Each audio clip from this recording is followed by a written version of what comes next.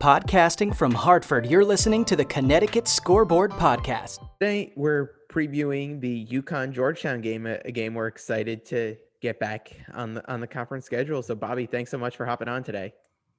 Absolutely. Nothing like talking about Georgetown and UConn's first Big East game since, I think, 2013. Yeah. No, this is an exciting one, and one I've been looking forward to. I know this season for Georgetown has certainly had some of its ups and downs. Had the loss to Navy early on, a close call against UMBC, but of late they've seemed to really pick it up. What has this season been like for Georgetown? Yeah. So, for the UConn people that weren't following last year, Ewing basically had a tournament team in year 3, and so many guys left, a lot of different reasons.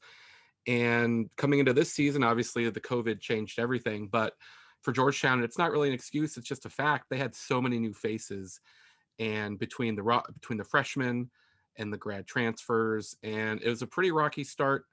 And it's been basically a tale of the start and then the post-COVID pause. They've been a completely different team the last couple of weeks.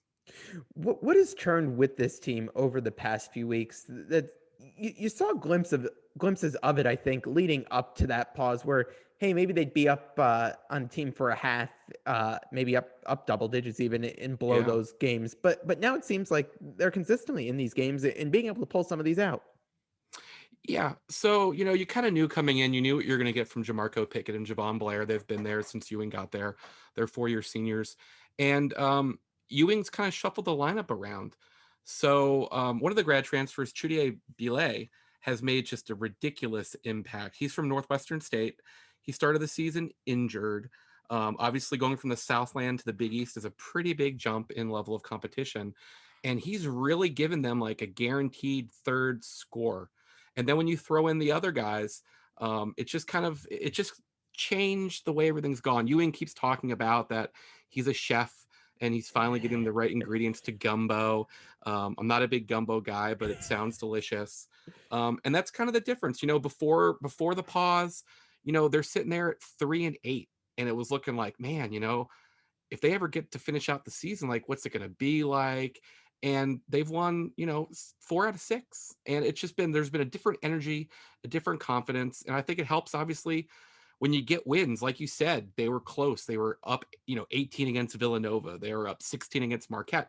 But when you keep getting L's, it's hard maybe to believe in what you're doing. So you get a couple wins and it's like, hey, what we're doing works. Let's keep at it.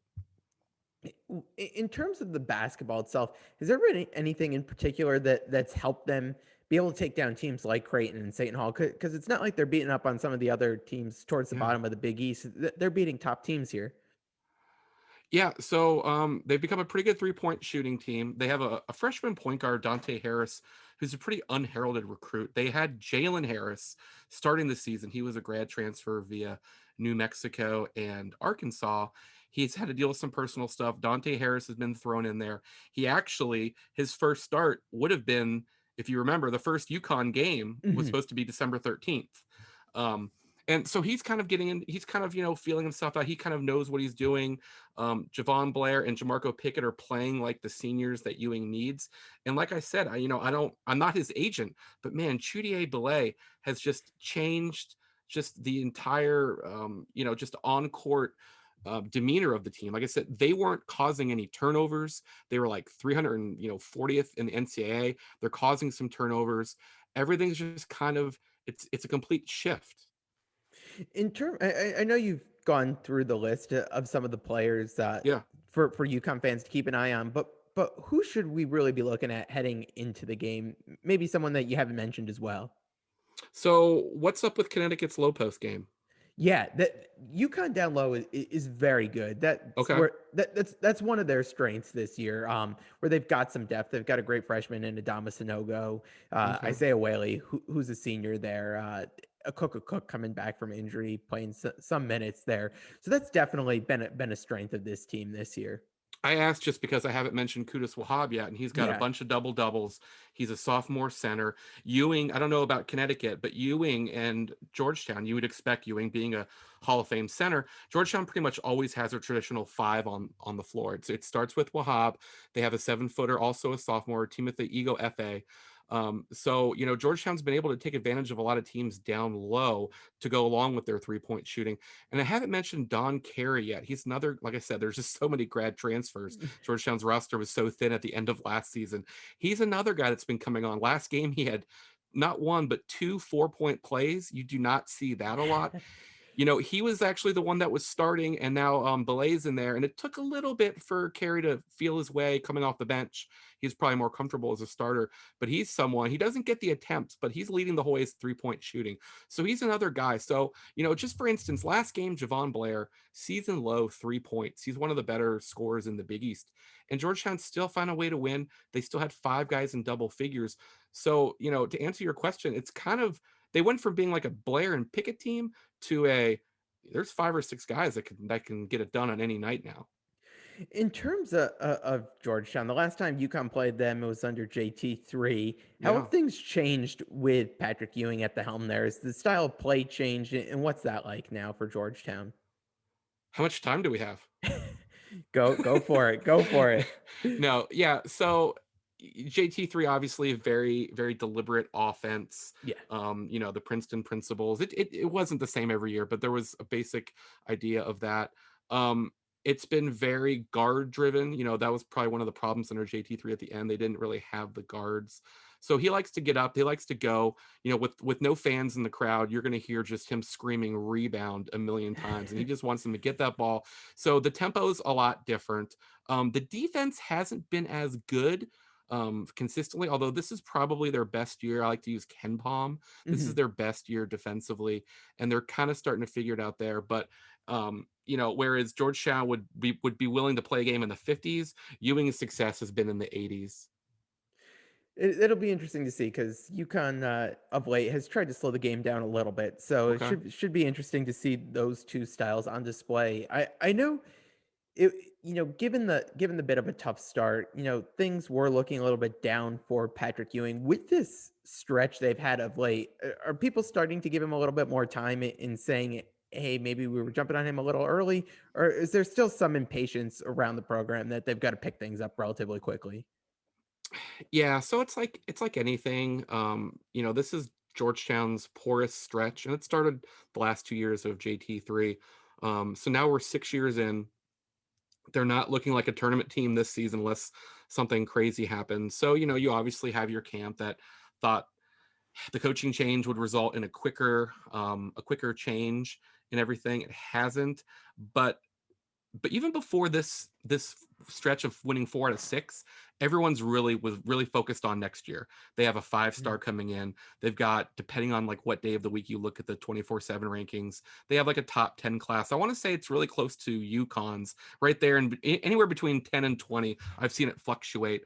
So, like I said, it's kind of been year 4 of Patrick Ewing is basically kind of year 1 again. And I think the expectations of the fans that are happy about everything and the fans that are a little bit annoyed is, next year, and I don't know what seniors are going to stick around or if he's going to get any grad transfers. The class is so good. And recruiting is always something you can look forward to. DePaul's been doing it for years. We got a good class. We got a good class.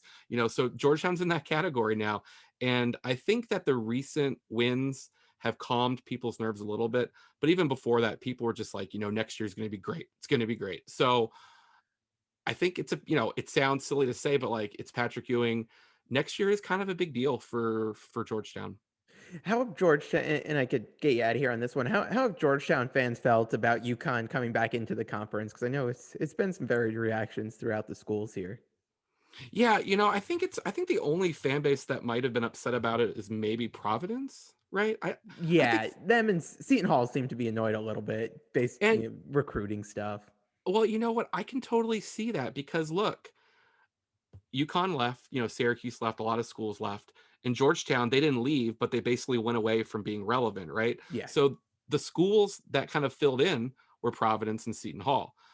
Georgetown fans very excited to have another, historical rival, a big dog, no pun intended, to be back. So I think, the Connecticut series, Georgetown, was one of the schools along with St. John's. I'm not sure if Villanova played them, but Connecticut had that series with Yep. JT3. They played a home and away. So this is definitely looked at as, look, we want the conference to be better, but at the end of the day, it's not about the conference being better. I mean, Georgetown needs to be better. So if Georgetown gets better, it's better if Connecticut's in as well, because the assumption is that more often than not, the Huskies will be in the mix.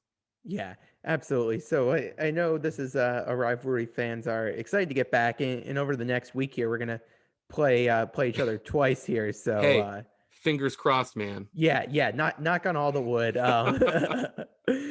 Fingers crossed we get two matchups. I'm excited about tomorrow's though. Getting to go at Georgetown in the smaller gym there. I've loved watching games from there this year. It's tough seeing no fans there, but if you have to go somewhere with no fans, going to a place like that is pretty cool.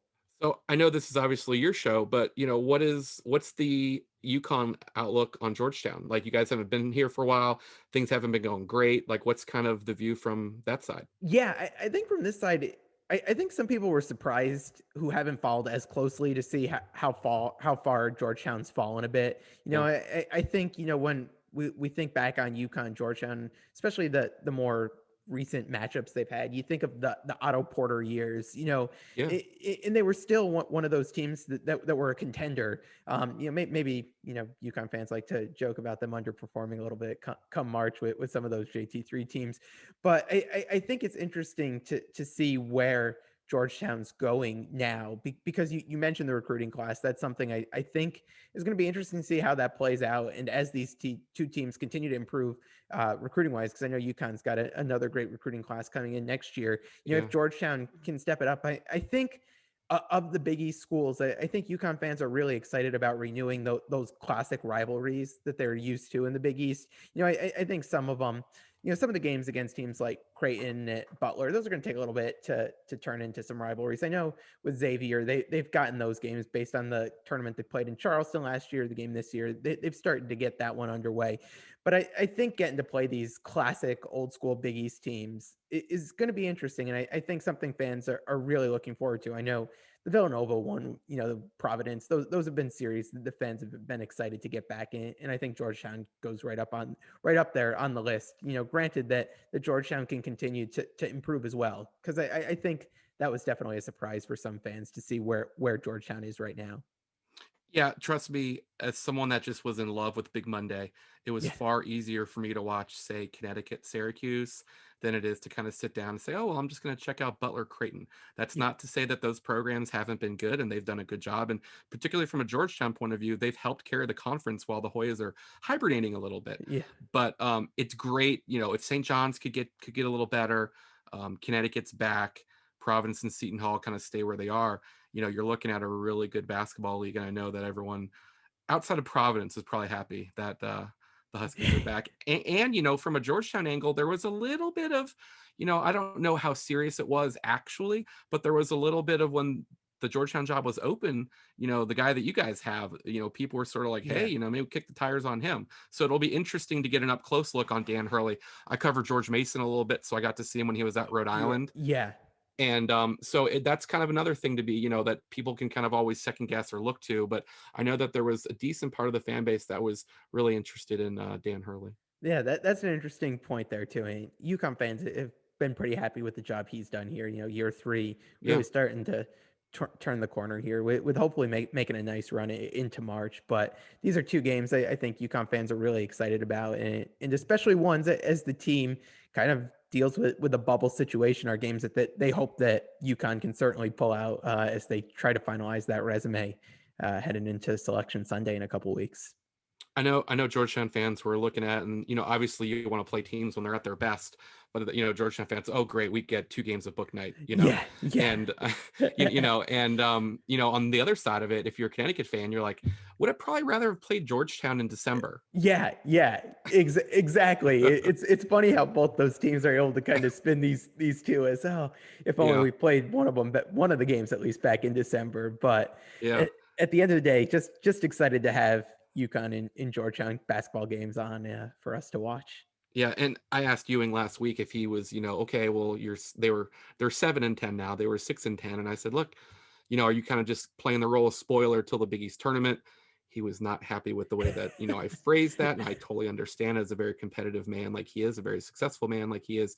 But Georgetown, they did they put a little bit of a ding on Seton Hall's resume a couple days ago. Yeah. And Connecticut's kind of in that same, area code as far as Ken Palm and net. So from that angle, it's like, for Georgetown sort of going into the series, it's cool that they're back, but it's sort of like, well, the Hoyas kind of have nothing to lose really till they Right. get Yeah. to New York. Yeah, no, definitely. It's going to be interesting because when you think about the way these UConn games have come so far, they kind of had have had a disappointing game and then come out really strong. So, they lost to Providence, then go out and beat Xavier on the road, looking really good. And that was without James Bouknight. Get Providence again, really beat up on them, and then have, kind of a disappointing performance against Villanova in a game they really thought, they had a chance to win.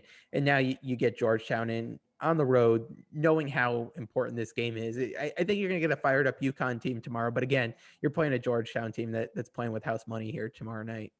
Yeah, and it looks like the Hoyas, I saw Hurley said, but for UConn, but it looks like the Hoyas aren't going to play any of those games that got postponed, which is kind of a bummer. Yeah, it is for UConn too, because it would have had another one against Villanova.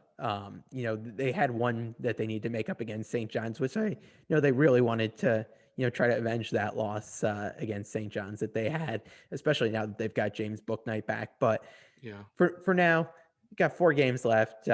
See how the season goes. But again, I really appreciate the time, Bobby, coming on today to talk a little bit Georgetown, UConn as we get ready for the tomorrow night's game. So thanks again for coming on.